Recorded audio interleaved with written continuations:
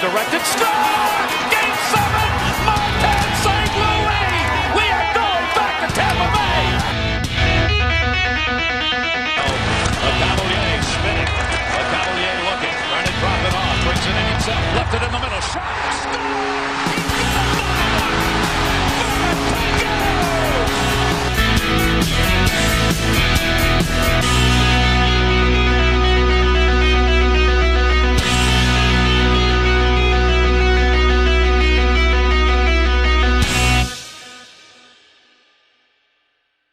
Welcome back to another episode of Thunderstruck. My name is Jake. I'm here with my good friend Michael. Michael, how you doing today? Good, Jake. It's been a chaotic week of Bolts hockey, a lot of news, and can't wait to get into it. That's for sure. We do have a lot to get into, so let's not waste any more time and get right into things. Let's talk about last night's game. That was a game to remember for sure. And, a lot of Bolts fans are probably, still got the adrenaline pumping from that game last night. What'd you think? I actually went to that game, so it was really fun and chaotic in person. But one of the things that I noticed was that the Lightning were actually down for a considerable amount of the game in defensemen. So in terms of the way that they structured their game, it was very well done. And props to John Cooper, and especially people that I've given hard times to in the past, like Braden Coburn, Zach Bogosian, were two of the four defensemen on the ice for the majority of the third period. So, with their backs to the wall, the Lightning did a really good job of really structuring how they played defense and limiting the Bruins' opportunities. That's a great point, because we're already down McDonough, who's hopefully coming back soon, and then Hedman, who I already forgot who went down in that game and didn't come back. He was on the bench, but was not playing. But you're right, those guys did a great job. And, Bogosian specifically, a lot of fans weren't too excited when we signed him. I knew it was a depth signing specifically, which I'm glad we did, because obviously we needed it. But Bogosian played a really good game. He had that great play with Paquette when they scored that third goal. He did a great job coming around the back of the net and finding Paquette right in front. So you're right. Those guys did a great job. And I'll tell you what, Mikhail Sergachev has been absolutely fantastic. I think he played 28 minutes, I think was what they said, of game time in that game last night. And he, for such a young kid too, he's my age, and he's just playing so good. He's getting in people's faces. He's not afraid to fight all the tough guys. So he has been fantastic and has been one of the best trades I think the Lightning have made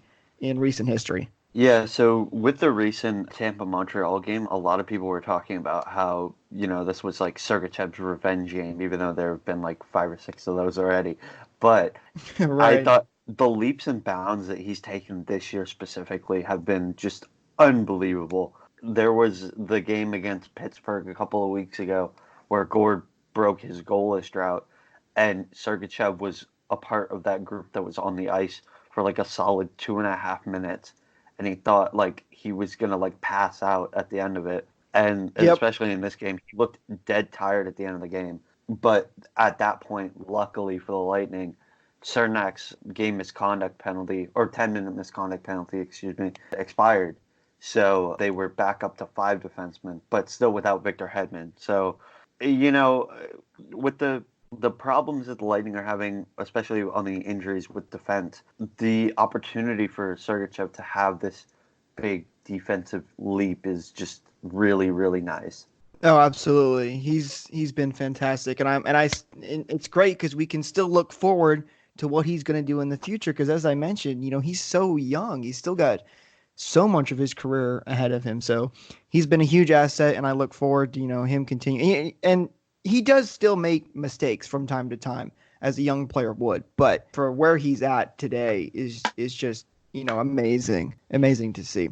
I think also in that game, that was a really gritty game. And I saw a lot of people on Twitter saying that often that's a game the Lightning probably would have lost the last couple of years. But the additions of guys like Barclay Goodrow and Blake Coleman have really helped this team. And let's talk a little about those guys and their impact on the game last night. I've loved both of them and what they've brought to this team so far. Those guys on the penalty kill have been fantastic, which, by the way, that penalty kill last night was probably the best penalty kill I've ever seen. Yeah, I would agree to that. Well, that's actually the second time they've had 2 shorthanded goals in the same penalty kill this season. But if I'm not mistaken, I don't remember seeing either of them on the ice for the entire penalty kill. That was all, Cirelli, Killorn, and Paquette, and there might have been one other player. But Coleman and Gaudreau, I've said this multiple times when I've done the games for Fay Vaults, I think they're elite penalty killers.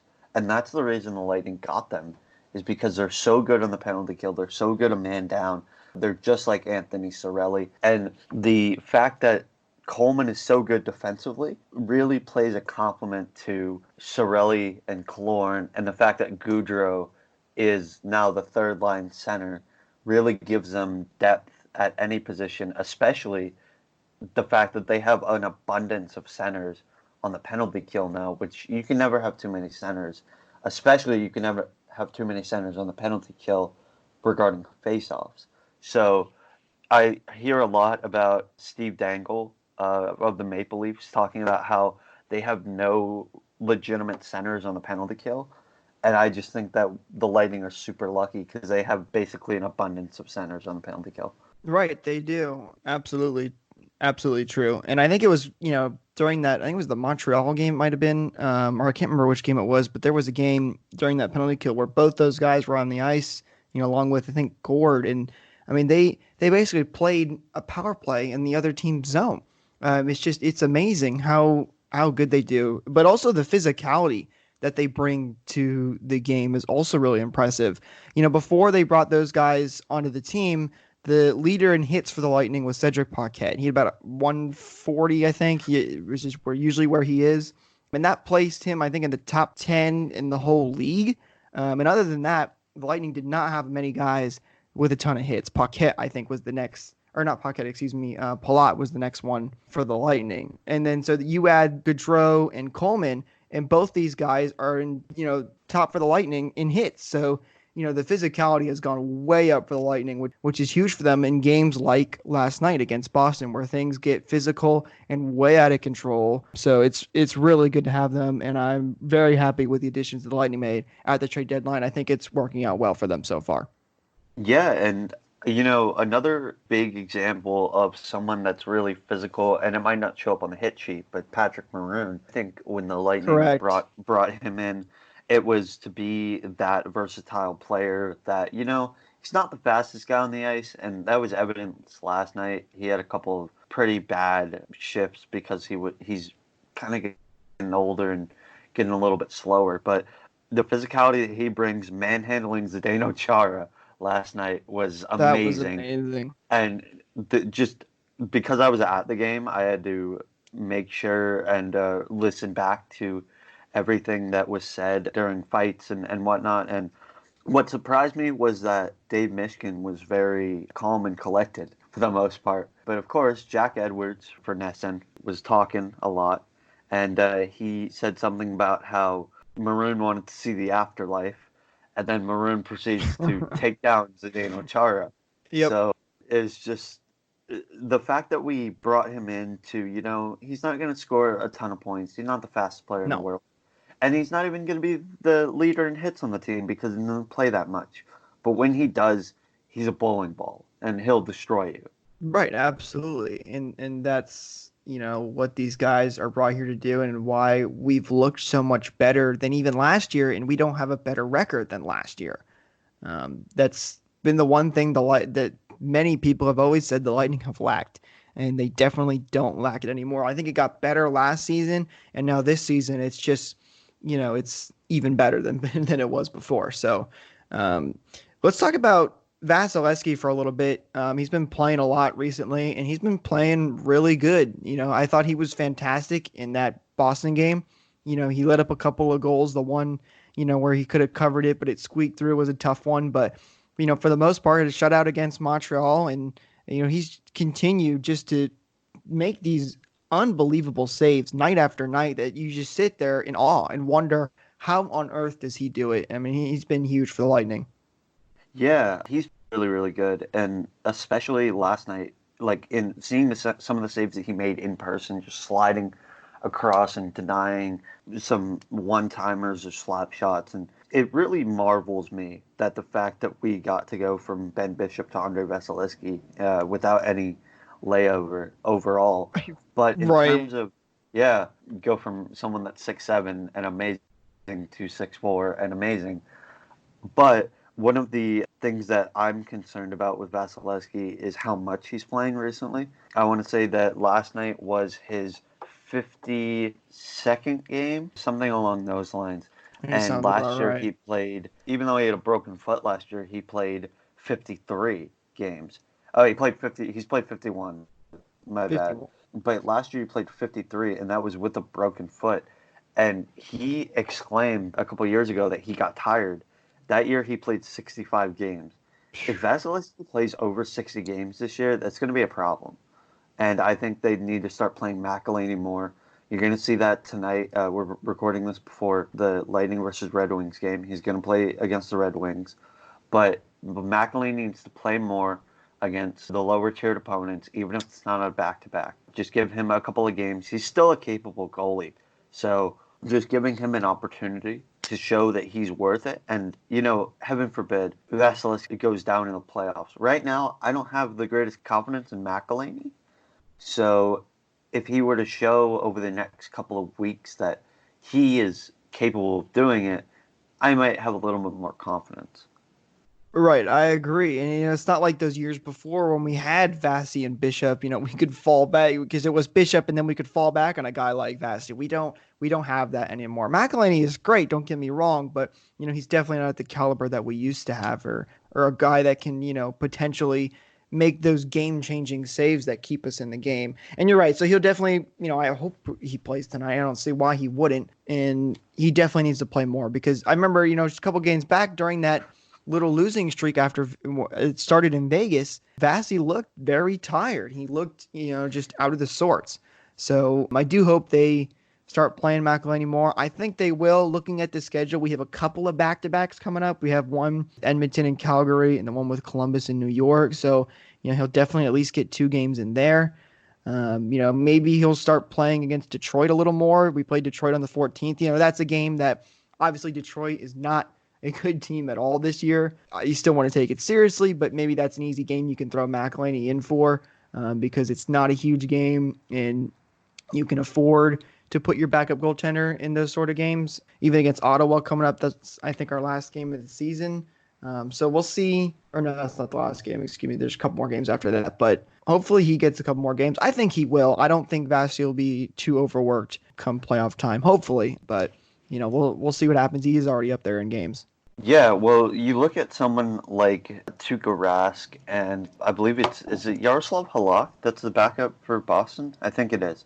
But the split that they did last year was pretty similar to what I'd like to see in the future for Rask. So last year, Rask played 46 games, which means that Halak played like 36, I think. And he was not great, but he was rested enough in the playoffs to make a run. And they ended up getting to the Right. Stanley Cup Finals. And a couple years before, like 2016, 2017, Rask played 65 games and the Bruins lost in the first round. So it really, really depends on if the Lightning want to go far. I think they need to rest Vasilevsky a little bit more this season and in the future. Yeah, that's a really good point. I think you're right. I think it's okay. I think for the type of goalie that Vasi is, and he's so good. I think he's okay. He's proven that he can play tons of games. I think he's okay to go into the 50s. I wouldn't mind seeing that, but I think you're right. I think when he's hitting 51, 52 games, it should be 1 week out from the end of the regular season. So but that's something that John Cooper has to make the change for. John Cooper's been fantastic for this team in a lot of ways. But, I think that's one thing most fans can agree on that we'd like to see change. So we'll have to wait and see what happens over these next couple of games. See how much that Vasi gets rested. And, only time will tell how much of an effect it'll have on the Lightning in this upcoming playoff season. We only have two really big complaints with John Cooper in this household. One of them is that he plays his starting goalie too much. And the other one is that he prefers his homegrown talent from Norfolk to other talent that should be playing more often. But I Yeah. digress. Yeah, well, hey, listen, as long as John Cooper is getting my team into the playoffs every year and constantly the conference finals and even Stanley Cup finals sometimes, I'm not going to complain. That man can do whatever he wants. Yeah, yeah. But he's been good. Speaking of the upcoming schedule here, you look at this schedule, we have Detroit tonight, which this episode will probably be after that game, but Detroit tonight, then Toronto, then Philly, Detroit, New Jersey. There's a couple of big games on here, like Calgary, Edmonton, maybe, and then a Toronto game. But, I think for the most part, the Lightning have played all of the big time teams, which is good for the Lightning, which means that, they can kind of not get beat up here at the end of the season because we've had a lot of injuries start to stockpile on us. And that's the last thing we want right now because I think the Lightning are in a good spot to make the playoffs. I highly doubt we would drop out, God forbid. But, we can't afford any more injuries. So I want the Lightning to be very careful, these upcoming weeks. Not like you can be careful in the middle of a hockey game, but like they did with Victor Hedman last night. Victor Hedman was on the bench and probably could have played if he really needed to, but they kept him out and are being safe about it. Yeah, and that was the one thing. They haven't come up with an official update for Hedman, but that was the one thing that I was really confused about is if he was on the bench for moral support, that's awesome. But it sounded like he tried to go back out and just couldn't. So in the future, like they should monitor, and if he needs to set out a couple games, I'm more inclined to let that happen against teams that struggle like Detroit and Toronto in terms of a defensive basis, but I'd like to have him back against Philly. And if that's not possible, he could keep on resting, honestly, until probably the Vancouver game on the 18th. And with McDonough coming back and Ruda possibly coming back soon, we can afford to do it now. Whereas if this was a week ago and Hedman went down, we're done. And I would look at the standings and really hope that Toronto or Florida doesn't make a charge because I don't feel confident enough without Victor Hedman. I think he's that big of a piece. Right. Yeah, I agree. Absolutely. If he's hurt, I don't want him playing. I don't care what situation it is. I don't care if we have to fall into the wild card spot. I don't want these players playing if they're injured. I want to be as healthy as possible for when we get into the playoffs because we have so much pressure on us this year for the playoffs. But I haven't seen any updates on Victor Hedman. Like, I don't think they'll clarify. The Lightning have tended to do that where, they don't say what the injury is until the end of the year. So I don't expect to know. But I haven't seen anything on how long he's going to be out for. I don't expect him to play tonight. I would be surprised if he plays tonight. I think even if he is okay, you don't play him just because it's against Detroit. And like we mentioned, you want to rest him. But we'll see what happens. But you're right, though, too, in saying that, McDonough is coming back very soon and Ruda's, hopefully getting closer and closer, which is huge for the Lightning, especially at this time. I think McDonough's impact has been felt tremendously for the Bolts ever since they lost him, because the defense has been up and down a lot ever since, he was out of the lineup. So McDonough coming back, I think is going to be huge for the Lightning when he finally does step back on the ice, which should be, I think, this road trip, Cooper said. Yeah, and it might be tonight. He might have gone back on the ice as soon as this podcast is put up. But he has been fantastic during his time with the Lightning. Not too fond of his contract situation, but again, that is something for the future, not for the present. For the present, he's been awesome. And I think an unsung hero on the defense, though, besides McDonough and, Hedman's a big piece and Sergachev is taking the step, is got to be Yon Reira. This guy wasn't playing at all last year once we got him in the trade for Slater Cuckoo. And he's played with Victor Hedman, and he's looked great, especially for about a month stretch before he got hurt. He was really putting it all together. And I don't think any of us would have said Yon Reira first pairing defenseman this year, but he's done an admirable job.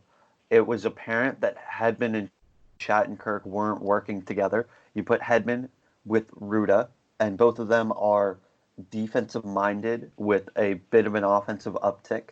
And then you put Sergachev with Shattenkirk, both of whom are fantastic offensive defensemen with slight defensive blemishes. So honestly, it couldn't have worked out any better. Absolutely, you're right. So many of these defensemen have played so well this year, and Ruda is no exception. So, I'm happy for him. I'm happy to see that, when we had Slater Cuckoo, that guy, poor guy, was never playing at all. So it's good to see that Ruda is getting into the game and doing well. So, I hope he can come back soon and, continue to make that impact that he has, and we can get that Victor Hedman Ruda pairing back. So let's talk about a little about some of the forwards on the Lightning, specifically Tyler Johnson. I know a lot of fans have not been too happy with Tyler Johnson or not huge fans of him. With the expansion draft coming up, many think that Tyler Johnson could be the one that gets moved to Seattle. What are your thoughts on Tyler Johnson? In the spirit of fairness, I will give him the benefit of the doubt on a lot of things that I would have criticized him about before. But I think it's safe to say that it's just not working out anymore. And I can see that he's really trying sometimes, but there's other times where he's not. And I feel like, do you remember that quote where Nikita Kucherov, at the end of the season where they didn't make the playoffs, said some of the guys just got their money and ran? Yep. Yeah, I do remember that. It was specifically about Alex Killorn, and of course, that made Killorn step up his game, actually. Yeah, look what But, happened this year. yeah.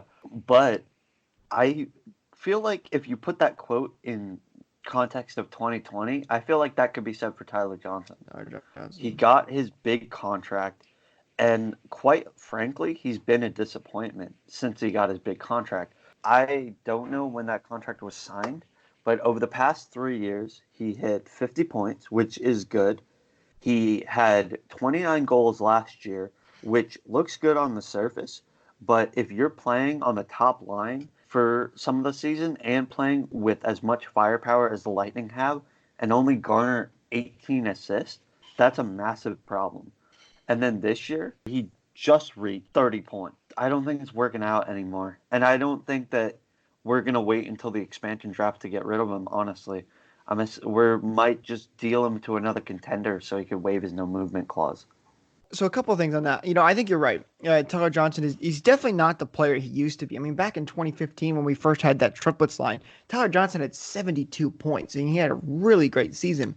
And even for a while there, 45, 50 points, all very good. And, even 30 points, isn't awful. It's obviously not great. I think something else to consider too is that, on a team like the Lightning with so much star power and so many players playing so good, like Anthony Cirelli, even Yanni Gourde has been playing a bit better recently. There's so many guys on this team that are just playing so well. It makes Tyler Johnson look even worse than he is. So I think on another team, you put Tyler Johnson on any other team, he's up there as one of the top players. So it doesn't help that we have so many star players that are playing so well. I think it, kind of overshadows Johnson. I like Johnson. I think he's a good player and a good guy, but I wouldn't be surprised if they try to move him to Seattle just because he is from Seattle. He's a big Seattle guy. I think a lot of the Seattle fans would love to have Tyler Johnson on their team as, for their first couple of years, depending on how, things go in the expansion draft. So, and I think that's also something the Lightning could easily do,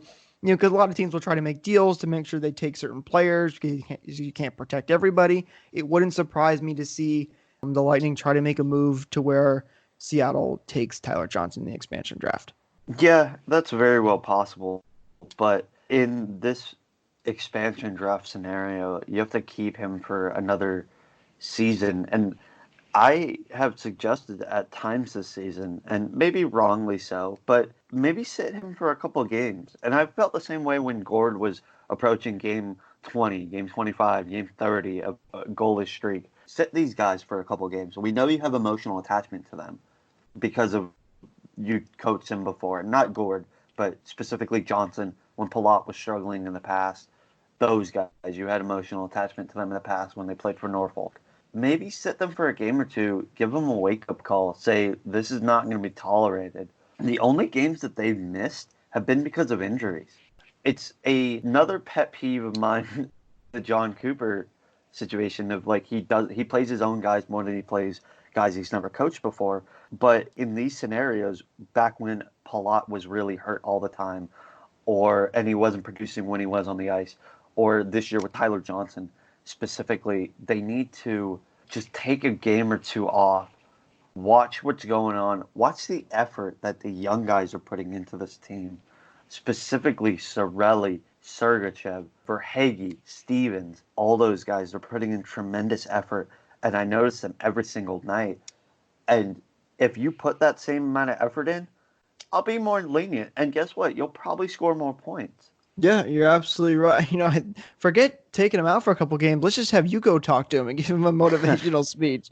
That might even work. But no, I think that's a really good point and a really good idea. I didn't even cross my mind. And we've seen Cooper do it before. I mean, heck, Cooper benched Kucherov this year when he made a really bad play, which some fans were mad about, but I love that he did. And after he did it, Kucherov played really well and has continued to play well. Now it is Nikita Kucherov. He's going to rebound, but my point still stands. So yeah, that would be a good idea to do that.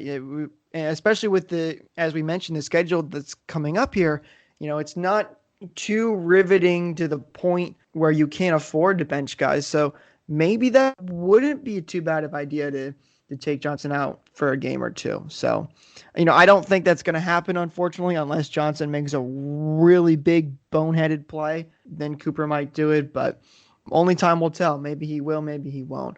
I do hope Johnson plays a little bit better, though, here at the tail end of the season. I would love to see him score some goals, especially in the playoffs. Because like I mentioned, I do like Tyler Johnson, and I think he still is a good player, but just with all these guys, and like you mentioned, the young players that are playing so well, and Stevens and Sorelli, he just doesn't look like he's trying. So we'll see what happens. We'll see if he gets traded at the end of the season here to a contender, or if he ends up going to Seattle in the expansion draft. But whatever the case is, Tyler Johnson is definitely not having his best season. It's going to be interesting to see what happens to him. Yeah, and just to bring this full circle, like I tweeted out a couple of weeks ago after the trade deadline, Gord Miller made a comment about how Steven Stamkos, if his dreams were to come true, they wouldn't involve any of the players that the Lightning acquired. And the response that I came up with, I think it was pretty level-headed, but I said that the Lightning are an organization for where the players play on the crest on the front of the jersey, and not for the name on the back. If Bogosian, Coleman, and Drudro play for the new team with this in mind, I'm sure Stamkos and the rest of the team will be just fine. And I think as a fan base, we need to take that into account as well. We want these guys to succeed, no matter what their name is on their back. We want them to succeed because of the team that they play for. So I'm not rooting against Tyler Johnson. I don't think anybody is, but we want the best possible product on the ice to try to win the Stanley Cup. And if Johnson's not going to do that, you might need to send him for a game or two, then bring him back and see what happens.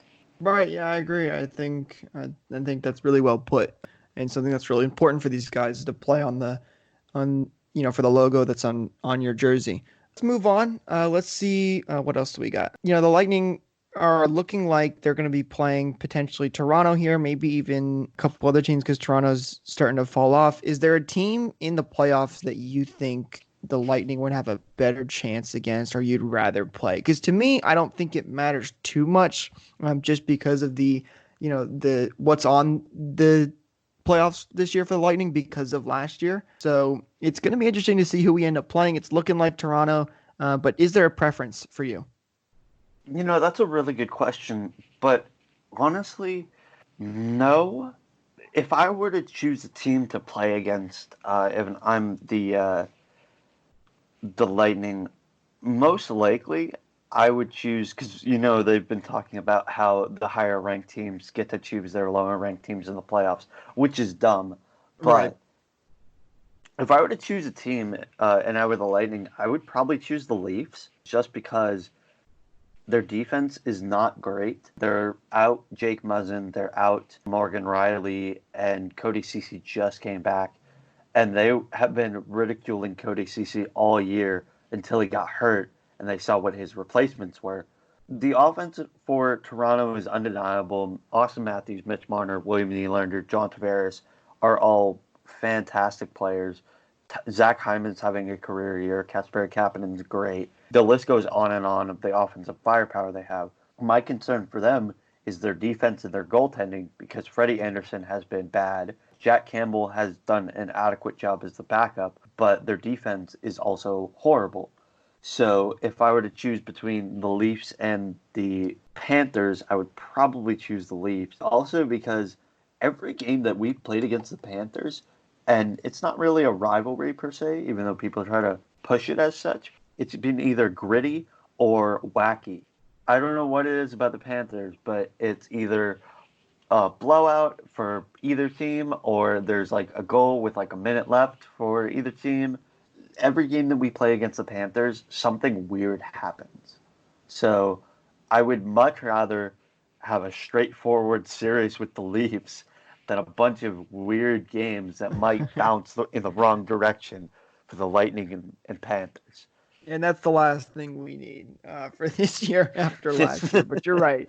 Yeah, the Panthers would be an interesting one. And I think, it's only somewhat of a rivalry just because we're both teams in Florida, obviously. Obviously, though, Boston is our big rival as proven last night. But I think you're right, though. I don't think that, I think for the Lightning this year, it's make the playoffs and just win. It doesn't matter who you play. It doesn't matter, how good you're doing it. By the time we go into the playoff mode, just win. Because we do not want to repeat, and we know we're going to hear it. I'm sure some people are even sick of me mentioning it already, but it's going to be an interesting playoffs for the Lightning. I think the mindset that they have going into the playoffs is going to be a huge factor here, no matter who they're playing. Yeah, so this is for you. If the Lightning end up catching the Bruins, and it's possible, it's not likely, but it's possible. They're 7 points behind. They have a game in hand. If we catch them, we would have the best record in I think it's the league, but definitely the conference. Out of these teams, who would you rather play? The Rangers, the Hurricanes, the Blue Jackets, or the Islanders? It's a tough question. I think Carolina is a really good team, and they have that young mentality, that they're the bunch of jerks mentality, if you will. So I think they'd be a tough opponent in the playoffs. I think they really want to prove people wrong still, and I think they would have a lot of fire under them. That'd be a really tough series. The Islanders are a weird team. From what I've seen, they're kind of up and down sometimes. They're sometimes they play really well and sometimes they play really poorly. So, it's kind of a question of what kind of Islanders team are you going to get in the playoffs? The New York Rangers are another one of those teams, I think, too. Recently they've been playing really well, but, also they're not the best team in the world. I think my pick would be the Rangers, just because I think we generally play pretty well against them. We have a lot of their former players, obviously, so some of those guys might be able to help out a little bit, when it comes to figuring out your opponent. So all those teams are very different in their own ways and would be interesting to play, but I think my pick would be the Rangers. You don't want to play the Blue Jackets again? Get a couple revenge points? Absolutely not, because my worst nightmare is us losing again and having to go through that again. So no, I do not want to play the Columbus, although it would be fun to get revenge on them and pull a sweep. But I don't think that's good for my health at all if we had to go through that again. That's fair, yeah. With the problems in the Atlantic, because I'm looking at this and I don't think any Atlantic team is going to get a wild card. The fact that we're going to face a Metro team if we win the President's Trophy / division is a little concerning, considering we haven't played them very much. But I think in the long run, with all of these teams, and I don't want to jinx it like I did last year, but I think we got this. I sure hope so. But again, it remains to be seen. We are a very well-balanced team in terms of how we play on home and on the road. And then if you look at some of these teams, the wild card race or even Toronto, their home road splits are completely different. I think it's good that we're more balanced this year in terms of our record. Right. And you have to remember, too, that the playoffs are a completely different beast. And I think many people understand that, a team coming into the playoff that's just barely getting in, turning into this monster that's just beating the crap out of everybody and looks like, the best team in the league, and the best team in the league can turn into the worst team in the league. You don't know what's going to happen come playoff time, which is why for a lot of Lightning fans, it's going to be just get in. And that's all that matters, because it's a completely different it's a completely different game when you get into the playoffs. So I'm excited. I'm looking forward to it. We're getting really close. A couple more weeks, and we're going to be here already. So the Lightning need to finish strong, though, so we can take those good momentum into the playoffs here, whoever we end up playing in the first round. Yeah, 100%. I don't think we have too much else to talk about unless you have anything else that you want to mention. Just, with our trade acquisitions, I think they've done a really good job. What I'm really impressed with, more specifically, just a quick little aside, is the play of Mitchell Stevens. I think he's been just an absolute revelation for a bottom six that really kind of needed it, honestly. I felt like they were treading water for the longest time. You bring up Stevens. He's done a fantastic job this season in terms of not necessarily putting up points, but being a really good two-way player. This is a bit of a stretch, that he actually looks like a younger, less skilled Patrice Bergeron. He doesn't put up the points, but he is really responsible defensively. He wins a lot of faceoffs. He hits a decent amount, and his takeaway giveaway ratio is pretty good. So when they sent him down originally, I was actually really upset. I wanted him to get more of an opportunity, and JBB felt the same way. He said the only reason we sent him down is because basically Verhaeghe would have required waivers, and we didn't want to send Verhaeghe down and him get claimed, so we sent down Stevens. And right. I think in terms of Stevens' career, and this is going to sound horrible, but the Stamkos injury is the best thing that could happen to him, because now he's getting second opportunity on the main roster. He's looked really good. Last night he was all over the place. He was great last night. He was even in some of those fights. He was getting physical.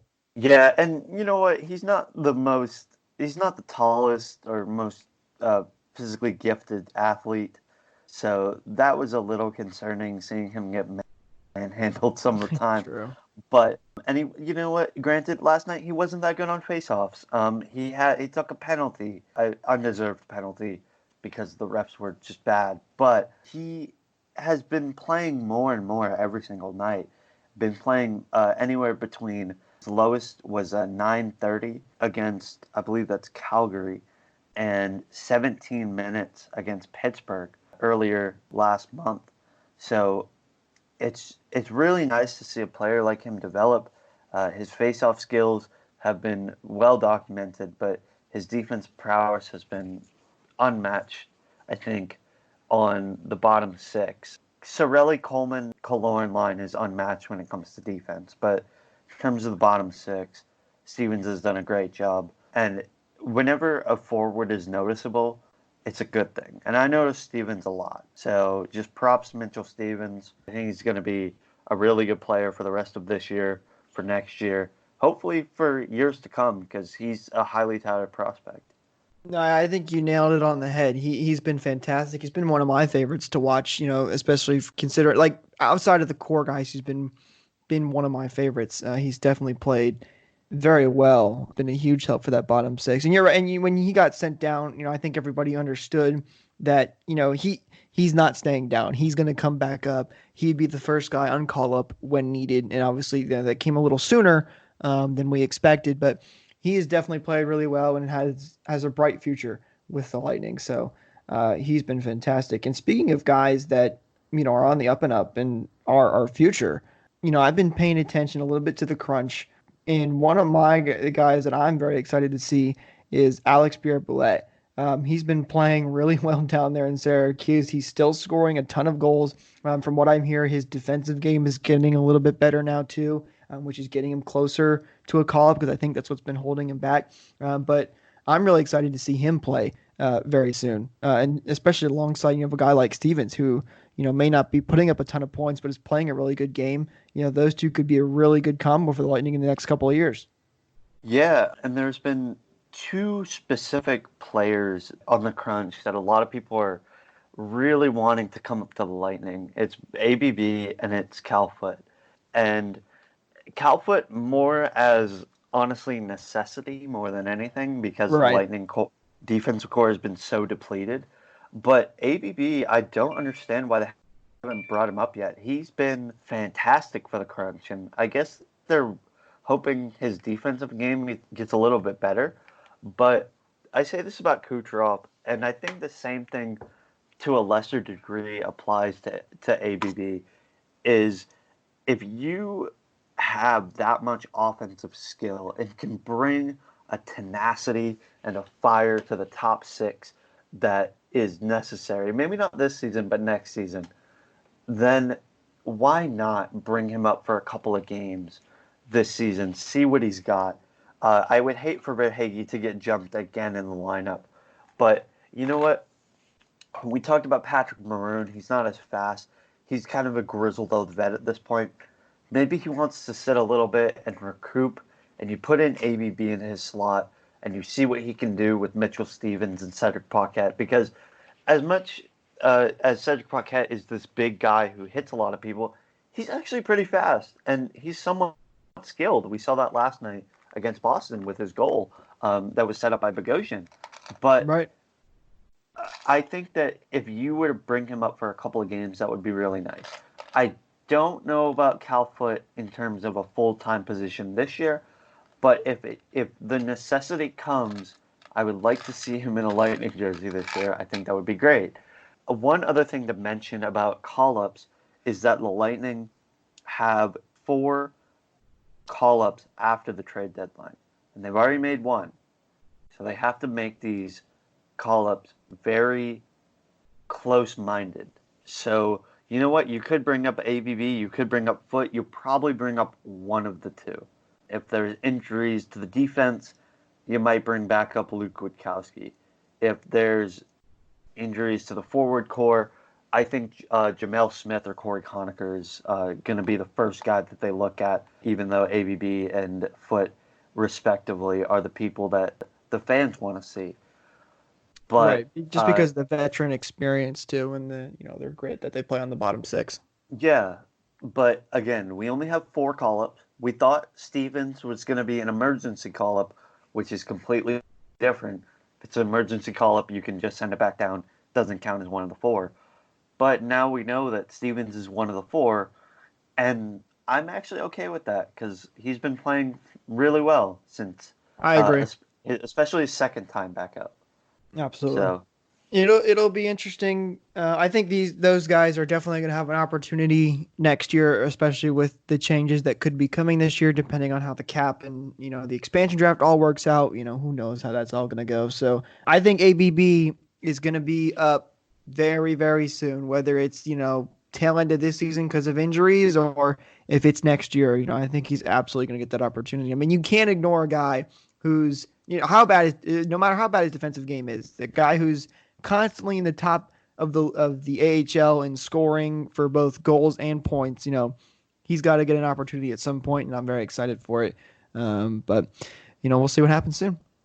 Yeah, 100%. And I'm really happy with the way the Lightning have been playing recently, and hopefully that continues. I don't expect them to win tonight against Detroit, only because of. Well, it's Detroit, so they might win. But the time change and the early game and the flight, it all comes up into this just giant ball of we might actually lose this game. But if McDonough comes back tonight, I will be fine. So we'll see. Yeah, you're right. That's how these things happen. Sometimes we lose these games that we don't expect to lose. It'd be a bummer to lose to them just because they are Detroit. But you're right. This could be one of those perfect storms where things just kind of go wrong. But I think for most Lightning fans, they wouldn't be too overly concerned about it just because, as I mentioned before, it's make the playoffs. That's all that matters. So we'll see what happens. Hopefully by the time you guys are hearing this, the Lightning have beat Detroit when they're moving on to their next game. I think that's all we got for today. I hope everybody enjoyed listening. If you guys want to throw in some questions for us next time, be sure to follow us at Bay Bolts and send your questions our way. My name's Jake. I'm on at Daniel J. Ricker on Twitter. This was Michael at Michael J. Wax. Be sure to follow us for more Lightning content. Hope you guys enjoy.